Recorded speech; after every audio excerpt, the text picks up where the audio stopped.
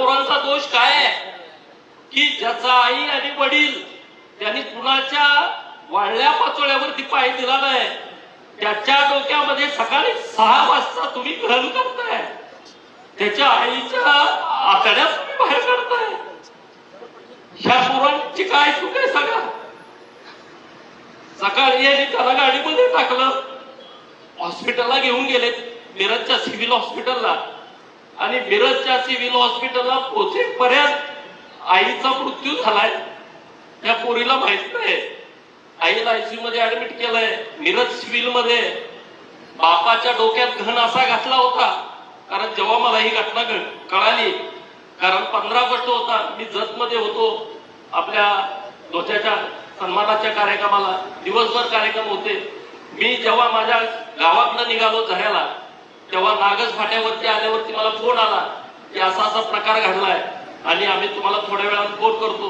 मी म्हणलं इथूनच वळू का तिकडं? नाही म्हणले आम्ही तुम्हाला थोड्या वेळात फोन करतो, अर्ध्या तासानं. मग मी अर्ध्या पाऊण तासानं माझ्या घरी पोहोचलो. मन असं खिन्न झालं होतं की असा प्रसंग सांगलीमध्ये घडलाय, आईचा मृत्यू झालाय आणि वडील मृत्यूशी झुंज देत आहेत.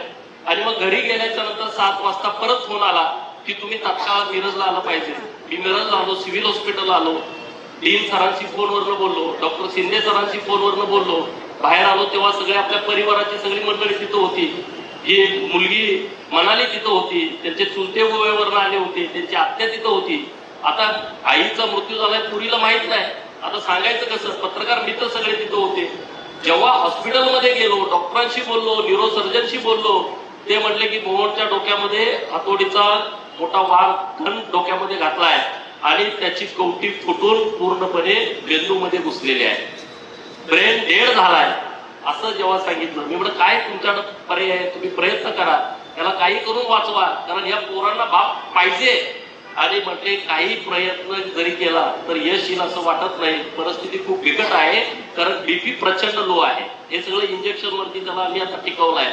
आता पर्याय काय सांगा ना? दोष काय सांगा या मोहनचा आणि त्यांच्या सौभाग्यवतीचा?